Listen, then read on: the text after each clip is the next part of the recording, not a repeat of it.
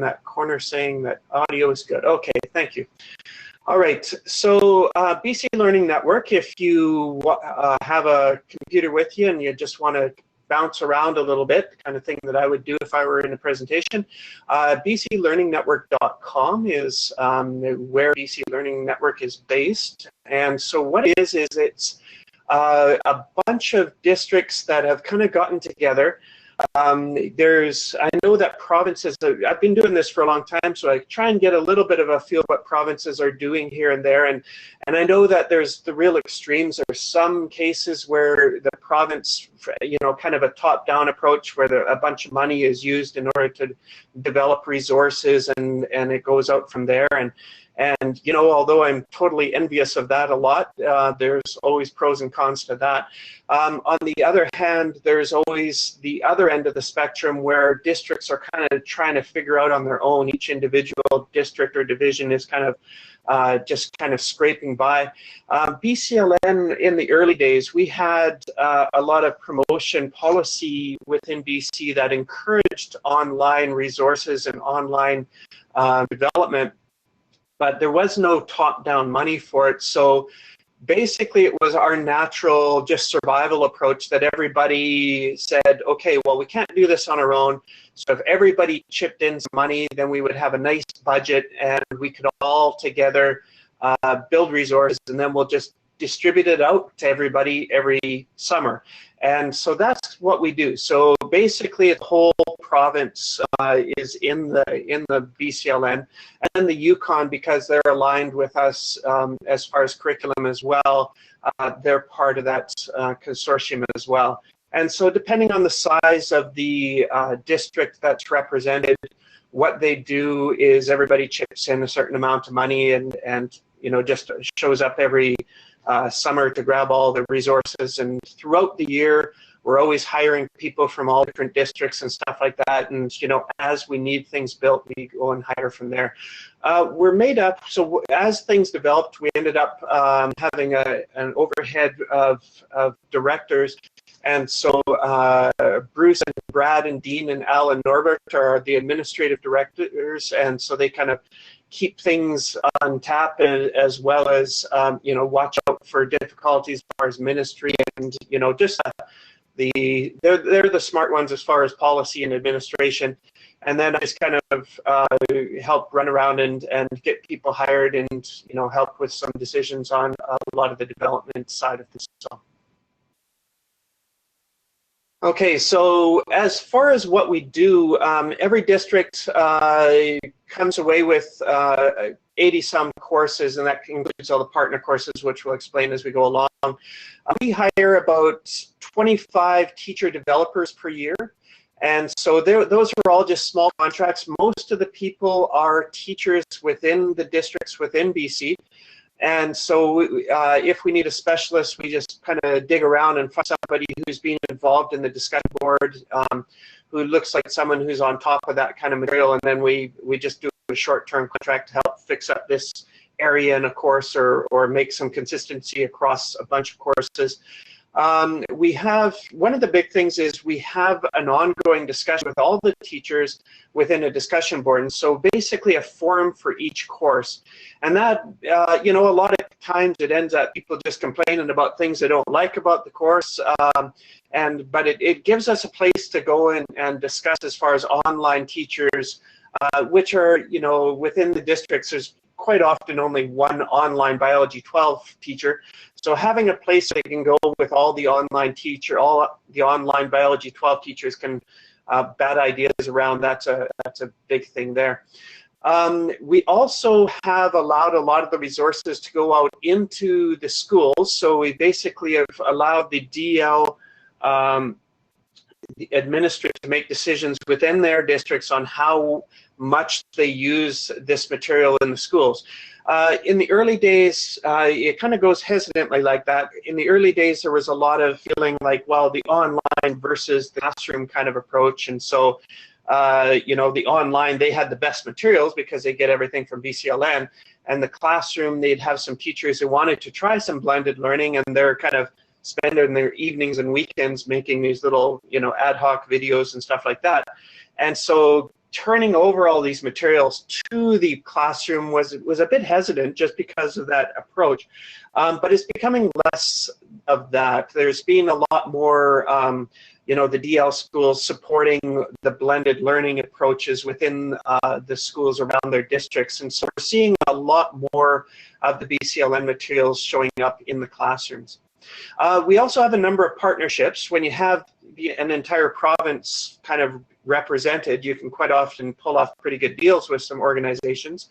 And so we'll talk as we go along. I'll talk about a bunch of these organizations. But yeah, basically it's just a big group approach to getting good deals, and it works out well for everybody. And also we have a student management system. So of course, because we go by it's pretty much standard in BC to be running Moodle. There's only a couple exceptions to that. And so the BCLN stuff that makes it a lot easier, everything goes out in Moodle.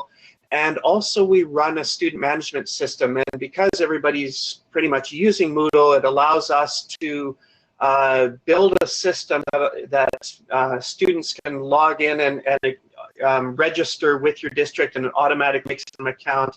It automatically allows them to see who their teacher is, and vice versa, and keep track of how far they are in the course, and automatic report cards and all that kind of stuff. So we'll talk about that briefly as well. But anyways, that's the overview. So talking about the courses, we're going to go through and just a quick look at some of the courses. Like I say, about 80 some courses, all the core courses from grade 6 and up. Lots of health and career planning, all the senior sciences and maths and English courses and all that kind of stuff. And recently we've increased our electives with some work with e-dynamics. So we'll talk about more of that specifically later.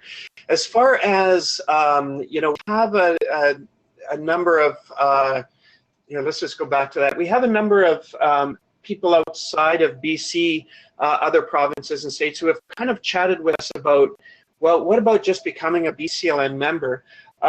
We haven't quite figured out how that could work, because we are kind of a BC society, and that kind of complicates things.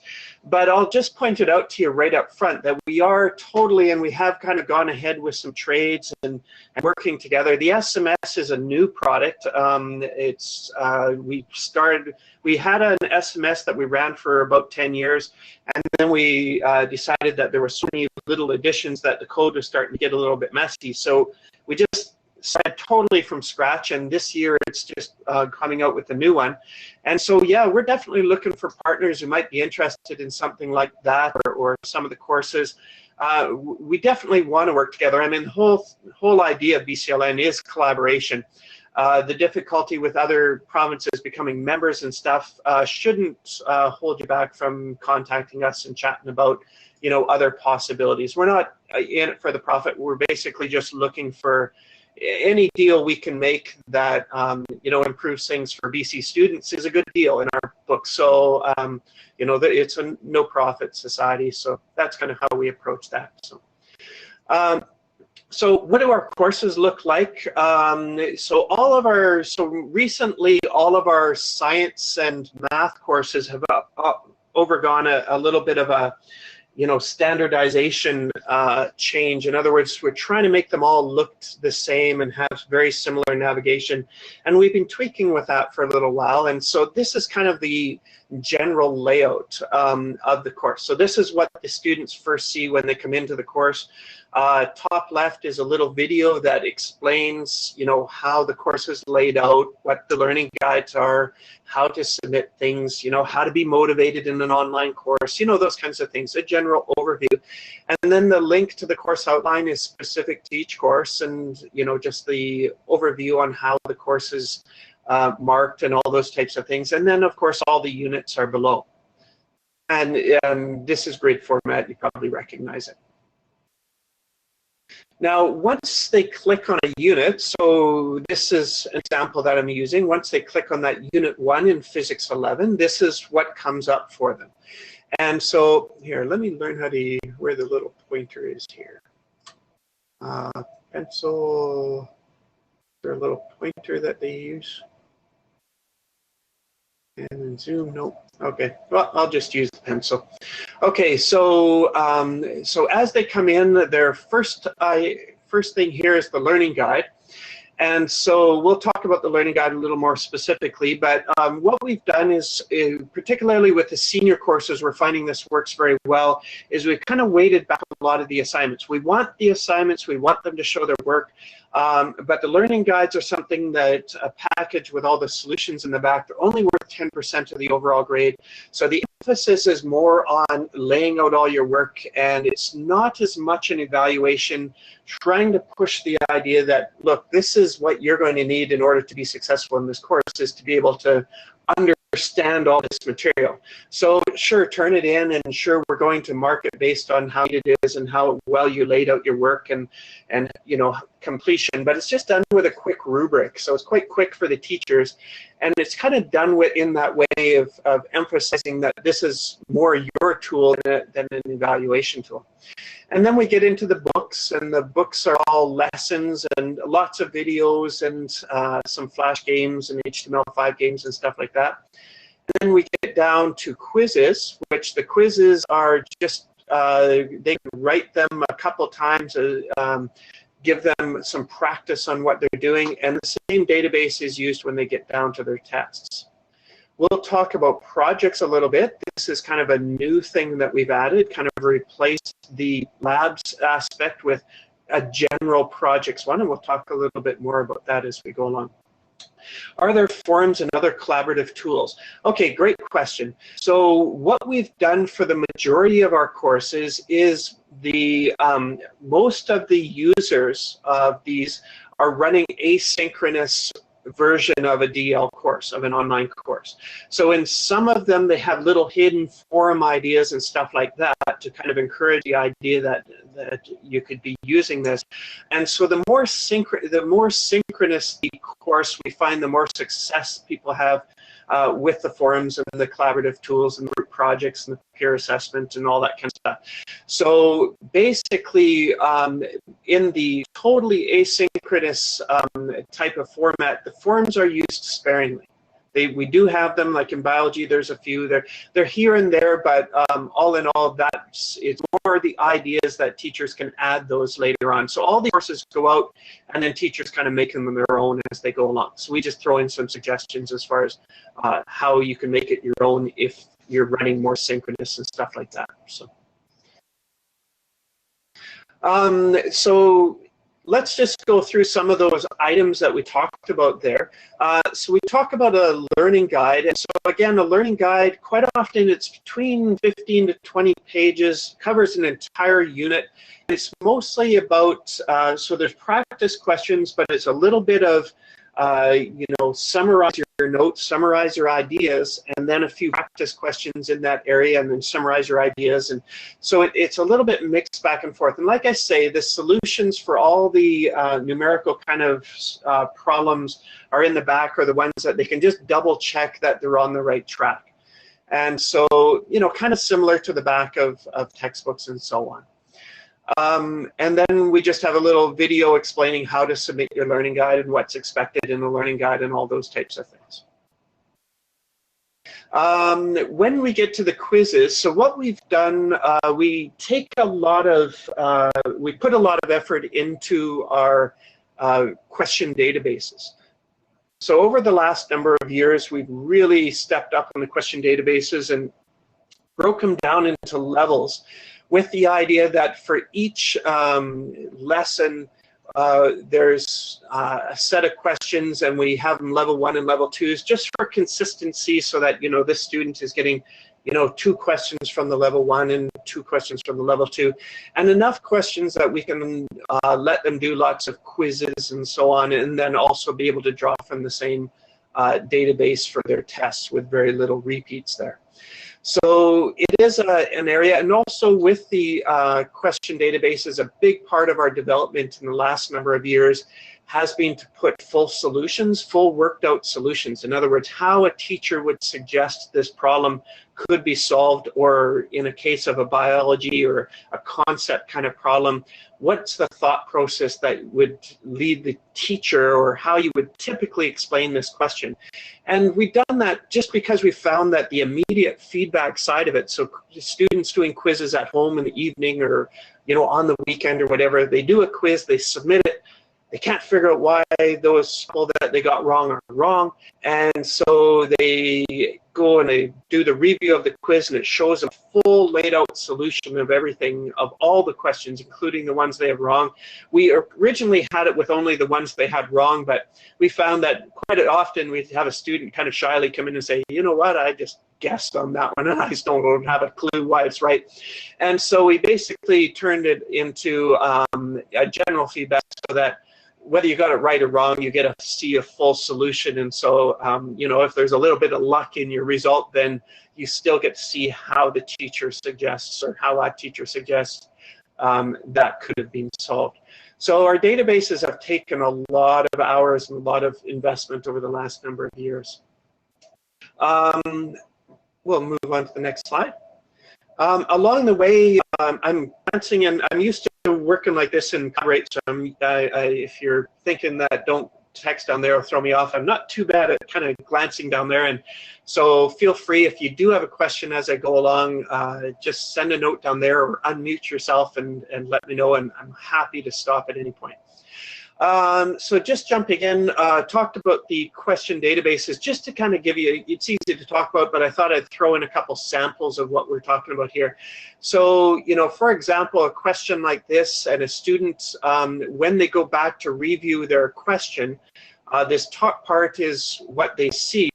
The bottom part is the solution that they would see.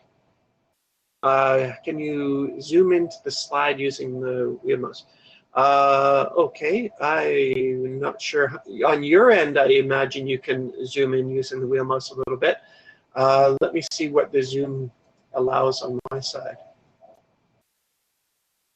Oh, no, sorry, I grabbed the wrong thing. Pan and zoom. Zoom, oh, there we go. Okay, thank you.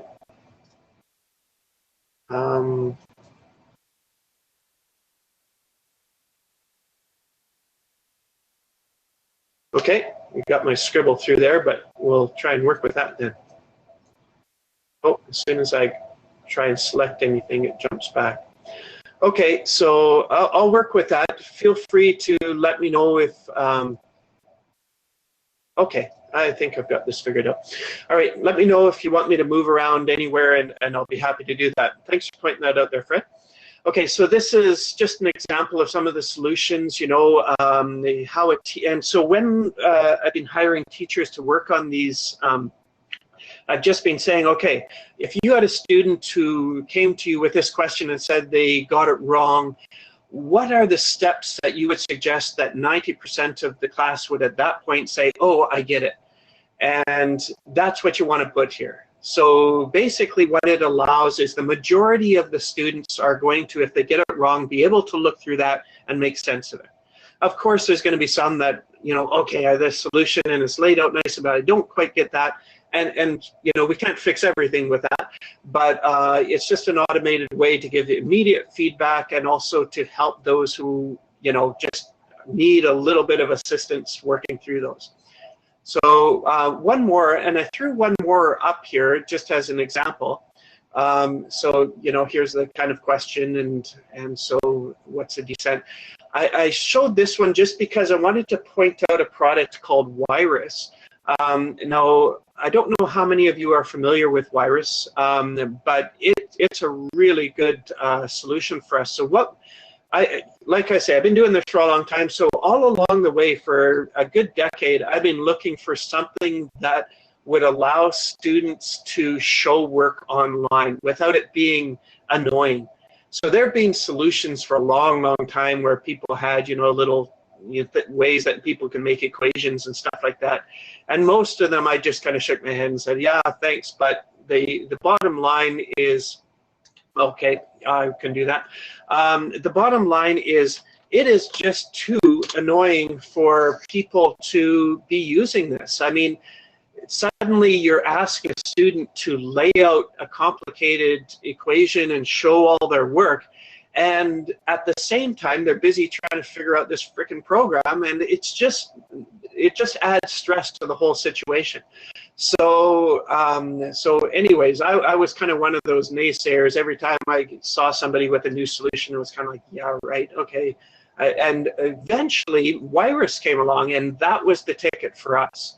So so as far as being able to make equations, both from a developer point of view, putting solutions like this together and making equations in the problems that aren't a bunch of GIFs and JPEGs and junk like that, they're actually editable and everything like that. And also on the student side, now we can have tests that students can lay out all their work, and it's not very technically difficult.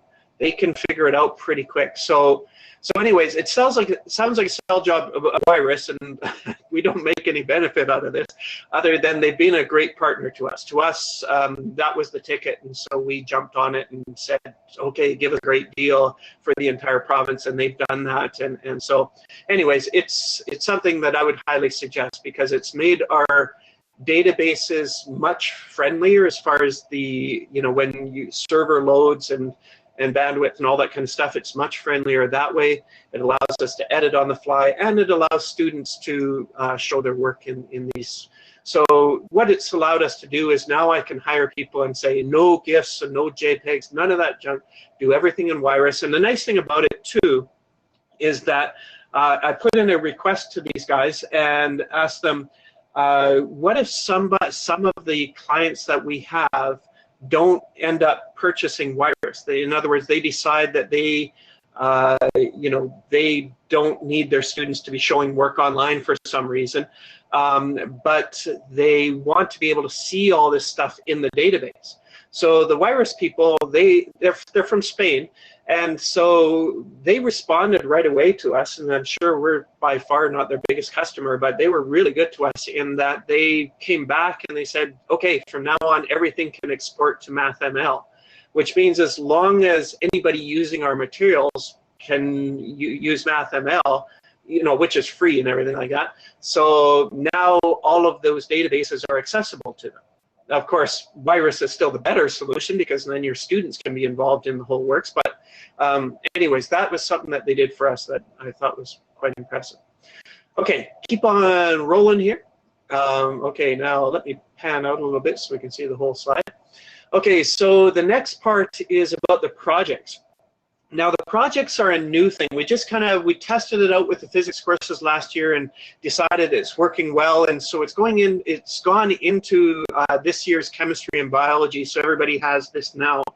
But what it is the idea that we work with the university and other organizations who have, general concepts about what they think the ultimate teaching should be, and the thinking critical department, and there's various groups, and really want to work with them because they have lots of great ideas, but you don't want them to monopolize your courses, because not every teacher is going to really buy into that.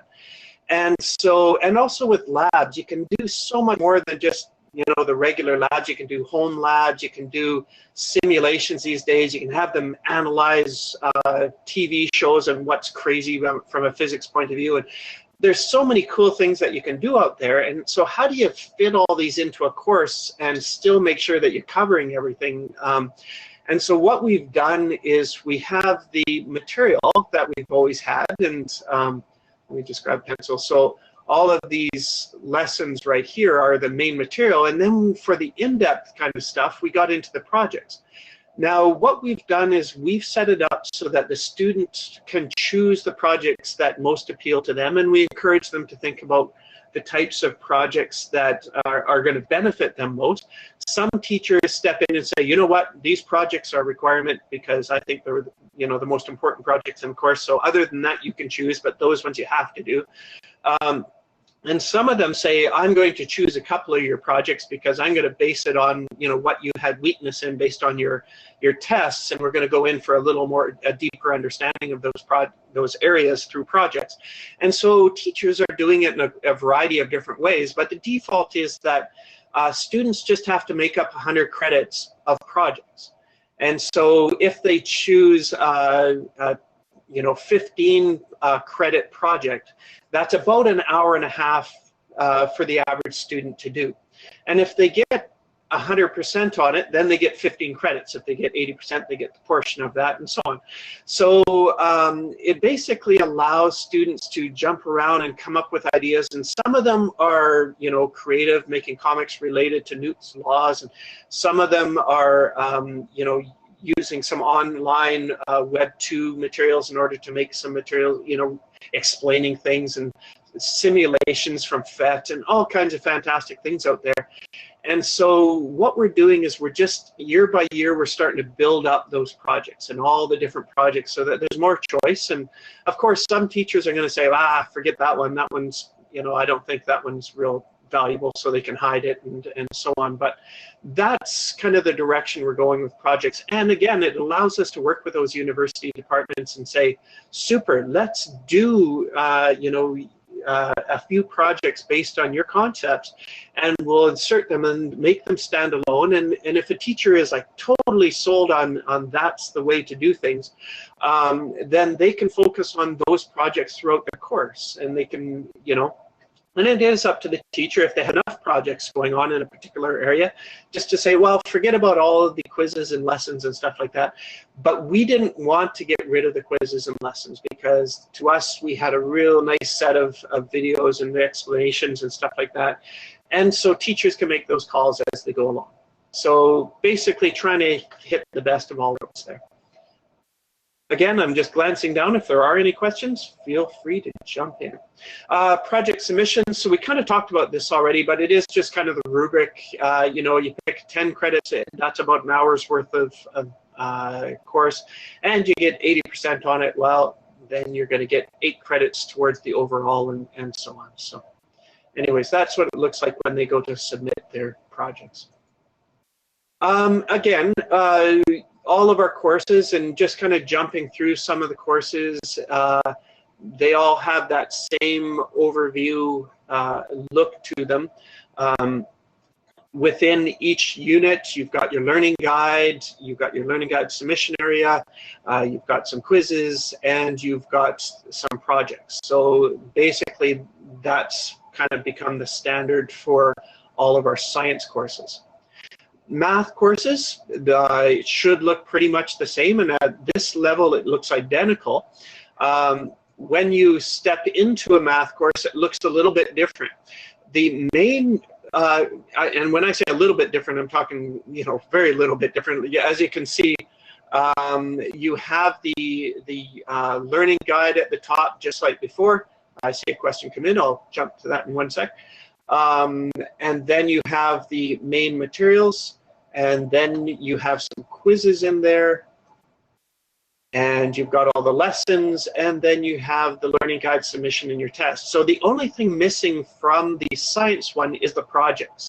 Now, we're doing some discussion on whether we're going to go with projects with the math. It's a little more challenging with the math, but we're kind of going through that discussion about it is doable, like making little projects that kind of you know, labs and simulations and stuff like that. Like I say, a little more challenging compared to the science, but it could be done. And so we're in discussion about bringing the math courses perhaps into that project as well. Just going to take a look at the text area. Can any student decide to take an online course, or do they need special permission? Okay, good question. Within British Columbia, the policy that I talked about earlier that really encouraged a lot of districts to have a need for online resources was the idea that the province did shift things. Originally, it was just a few regional kind of things where if you wanted to take you know, distance learning, and it was, a lot of it was, you know, paper-based and stuff like that. I'm talking 15 years ago. And it slowly evolved into the idea that policy actually came out that said a student in BC can take a course from any district within BC for free. It doesn't matter. You can cross enroll, so you can be one end of the province and take a course from the other end of the province. What it's done is, it certainly stirred things up. In other words, as far as, part of the goals there, and, to stir things up and to say, education is changing, we need to change with it, and here's something we're going to do that's going to really shake things up. And if the classroom teachers and administrators and all that kind of stuff are going to have to react, because students can do what they want. Students/parents can do what they want now. So now you're going to have to compete for those students to, not have them head out. So yes, excellent. It really did stir things up. There's no doubt about that. Is it all excellent? Well, no. Of course, there were cons that go with that. In other words, you have people kind of competing for students, and sometimes students and parents aren't the best ones to make those decisions, of course. I'm sure you've seen lots of students show up and they're all pissed off at their math teacher that morning. So I'm done with that. I'm going to online courses. That'll be way easier. Yeah, no, that's not right. So, did it shake things up really well? Absolutely. It was from a ministry point of view, it really brought 21st century learning to the forefront within BC. So from that side of it, absolutely excellent. Did it throw off a lot of students and parents and kind of create a little bit of a competitive environment, which in some ways is cons, because now you've got students and parents encouraged here and there, and it's not always the best thing for them. We have some of that too, but could you have gotten one without the other? I'm not sure. So that's the environment we're in now. Like I say, the DL has been going on for a while now. Those policy changes happened a while back, and so we've kind of gotten to the point where it has encouraged a lot of blended learning. And that's another positive, is that, administrators are seeing students, choose to go elsewhere, and are kind of stopping and thinking, why are they choosing that? I got to quit saying it's just, a bad idea, and it's, not really appropriate. I've got to stop and say, okay, why are some of my good students actually choosing to do it that way, rather than sit in front of a teacher that I've hired? And so, yeah, it has kind of forced them to reevaluate things a little bit, and encourage some of that flipped classroom and technology in the classroom, and, getting some of these resources into their classrooms. So anyways, I could go on for a while, so I better stop there. So let's talk about math here. So our math courses, one of our partners with the math course is the Content Connection. So I don't know, some of you might be familiar with them, but yeah, basically they started off all their stuff Flash-based. They're converting it all to HTML5 now, just to kind of keep up with everything. And yeah, it really solid material. So we used to make all of our own math courses, and then a number of teachers kind of built a bit of an organization there and called it Content Connections. And I ended up sitting down with these guys and determining that, the best use of BCLN money isn't to continue evolving our own stuff when these guys have actually made some pretty darn good stuff. So what we've done is we partnered with them. Now we take their materials and we use it for the lessons, but we've built our own databases, and we built our own learning guides, and we've built still some of our own media and stuff like that to explain some things. And so the lessons themselves come from Content Connections, and the stuff that we built for our members, kind of our members saying, you know what, this Content Connection stuff is great, but here's what's missing. Okay, we will evolve that part of it. Now, one thing that you may find interesting is, if you're chatting with the Content Connections folks at any point, is that we've kind of worked out a deal. They came back to us and said, you know what, we're running into people outside of BC that really like our material, but feel the same way you guys did. That is, they need big databases. There's no use having, this online course and then having all these paper kind of tests and Also, you know, some of the other stuff that you've built there, it's, you know, we'd like to work out a deal where we can take it out of province. And so we worked out a deal. We can't, again, we're a society, so we had to be careful. We don't want to exchange money, and we don't want to make profits and all that kind of stuff, or else it complicates our life. So basically, it works for them, and then they come and they reduce our yearly memberships based on, you know, how many out there use that. So these courses, the math courses, are pretty much available through that organization as well. Again, we're open to discussion about any of these things. We're just looking for improving. Now, as far as, so that's kind of the math and science. So we have piles of math and science courses, and they all pretty much look the same. They all look like what we just went over. We are in the process of trying to say, okay, we did it with the math and science. Let's try this with the social studies and the English.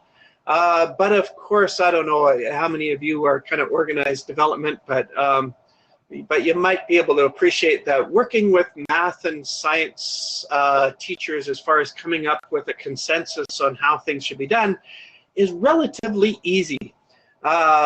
English teachers in particular, and social teachers to some degree, it's like herding cats. So basically, we brought together a committee, and we're trying to come up with, you know, what are the main things? What can we come up with some standards that look the same across all the courses, just to make common navigation, you know, some standards in development, and so we're making progress. But yeah, as I say, we're making progress. I kind of smile because it's a challenge. So anyways, we're working on that, and we've kind of taken steps in bringing some consensus into our socials in English for this year. This was a big step forward for us. And we're going to continue that in the next couple of years. We've kind of, you know, established that with the math and science over the last number of years. Next goal is with the English and social. Okay, so that was just kind of a look at some of the courses there, just to kind of give you a sense for what we're doing. I think I've talked about most of this. I'm not great at staying totally on track. Member fees, again, everybody chips in. Continuous evolution, so that's one thing. We never kind of put out a course. I know that, you know, in some ways, you know, courses that we put out, there's always things that need to be fixed on. There's always kind of continued evolution of the courses. So when we put out a course, it's kind of not like, okay, there it is, polished and ready to go, come back in 10 years and we'll make another. What we do is that discussion board, we're constantly, so every summer we're doing something to 80% of our courses. So just based on the feedback. And so every time we hire a contractor, it's their first job is to go through the discussion board and address everything in there. Addressing means not necessarily making a big change, but you have to at least respond to everything that's in there. And if there seems like a consensus, then let's go with that. If it seems as though it's just one person, you know, voicing something, and we talk to others, and, you know, then we'll respond and say, well, here's how you could do it in your local course, but we're not going to do that in the big general picture and stuff like that. So we occasionally hire some media developers. We've been, you know, between Cool School, which was the predecessor of BC Learning Network, and us, we've been, I don't know, about 15 years. So over the years, a number of grants and a number of things have come through, and so we've hired media developers and built some games and built some various things as we go. The discussion board, again, I would say I put a star beside it just because when I list things that are part of our development strategy, I would say the discussion board is probably one of the most important things we have going for us. We have thousands of posts in there, and so really what we try and do is we try and get every teacher in BC who's dealing with an online course, it's their course and they're part of the process. And the discussion board really has helped a lot with that, is that you have something to complain about or some new idea on how to do things, get in the discussion board. And quite often I tell people, oh, wow, you know, how'd you hire this person? Well, you know what? I went through the discussion board and that person had so many great ideas.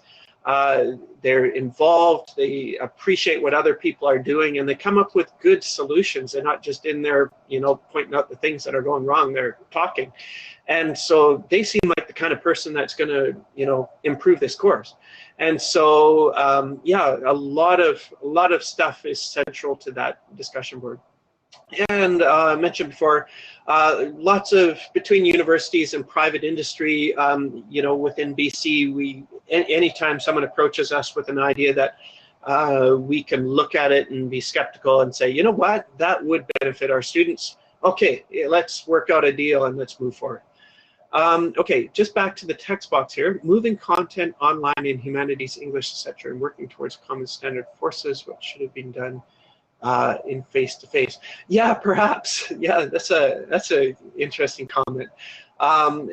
Yeah, online creates kind of a neat new realm, because what it does is it's kind of a chance for a whole lot of teachers to get together and say, you know what, here's how I did things here, what technology have you been using, what's the best? Let's compare everybody's notes here and say, what's the ideal way? And of course, some of it, of the best is going to be personal preference for sure, and in some of the courses that I get, I add my little notes here and there. You know what, I actually prefer to do it this way, synthetic division might be good here, but you really should be able to do it this other way just to understand why synthetic works. Whatever, your own little preferences are going to end up in notes here and there. But if you can get a whole province of, I use biology 12 teachers together talking about their best ways of doing things, and that's what's coming out of our projects, is their favorite projects, their most engaging things. Let's get them all in one place so everybody can benefit from them. So that's what we're trying to work on in the English side of things. I think it's kind of rolling that way in the science and math, but trying to get that rolling. Yeah, exactly, that kind of stuff. Yeah. Okay. Continuing on. Okay, so we talked about the courses and the development there, and that's a huge part of what we do, absolutely. Another part, probably as big, maybe not quite as big, I would say a little over half of the districts in BC use the student manager. Basically, the idea is that because we're allowed to sign up students from anywhere, it's actually a bit of an administrative nightmare, right? Because you have people coming in and they're registering and you don't know where they're from, and you're trying to keep track of all these people, and the teachers have to know who's in their courses, and not only from looking in the Moodle course point of view, but it's better to see where they're coming from, their schools, their everything like that.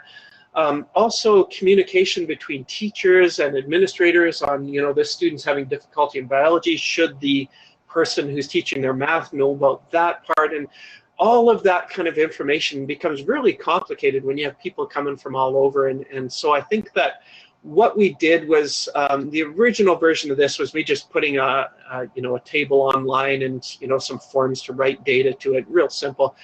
But as more and more districts kind of looked at it and said, whoa, we need that kind of thing, it evolved, and we got some better programmers than I involved, and so they started integrating it with Moodle, and so it ended up with a lot of really good features. So just the idea that having a little button so students can register online, it automatically puts them into their database, lets the secretaries know, lets the teacher know where they're coming from, who they are, what's going on, gives them a Moodle account. Once they confirm who this student is, it'll send out their Moodle account automatically and puts them in the course. And automatic report card, so all teachers have to do is go in there and put their little comments in the SMS, and it will automatically pull all the grades out of Moodle and put it together with the comments and make it a legal report card with all the demographic information from there. Just keeping track of everybody, so administrators can see the teachers and how many students each teacher has, and what status all these students are in, and how far along in the course all these students are. And teachers, when they go in there, they can keep track of all of the students and make comments about them so that other people can know the difficulties that this student's having, or whatever.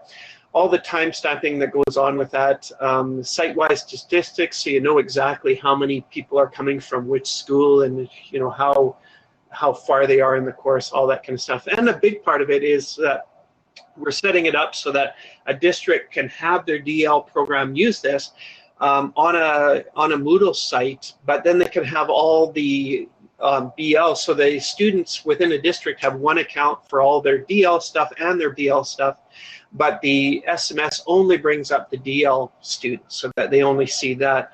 And so then all the BL teachers, they don't need the SMS, and so their students carry on. So that's kind of the overview. So here's a sample. Basically what districts do is they just set up their own site. It has nothing to do with the SMS. They make a nice pretty site and talk about what they're doing and all that kind of stuff. And then somewhere on the site, they add a button for registering. And so students can go there to register, and like I say, it creates them an account and logs them in and all that kind of stuff. And then a place that brings them to the Moodle site so they can log in, and then a place where students and parents can go 24/7, 365, anytime to go and check how a student's doing. So if they did a quiz 15 minutes ago, the parent can go there and see exactly how they did on the quiz and all that kind of stuff. And then all this other stuff's just general. But then at the very bottom here, then you have a place where teachers and office staff and administrators and all that kind of stuff can go in and keep track of what's all going on within the SMS. So that's kind of what it looks like.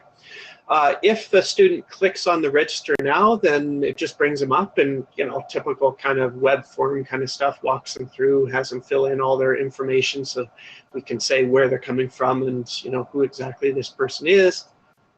And once they're released, then they can go into the course. When you click on the bottom there, so you know the teachers and the admin click on it, then it brings up all the students. And so you can sort through your students, exactly see, you know, who's all taking what, and it controls who sees what. In other words, the teacher will only see students that are enrolled in their courses. A counselor, so we give out counselor accounts to the schools where we get a lot of students. And so a counselor over at one of the local schools can go in there and see all the students who are from their particular school, no matter what course they're in. And then, of course, administrators can see everything. And so it keeps track. This is a student who has requested a course.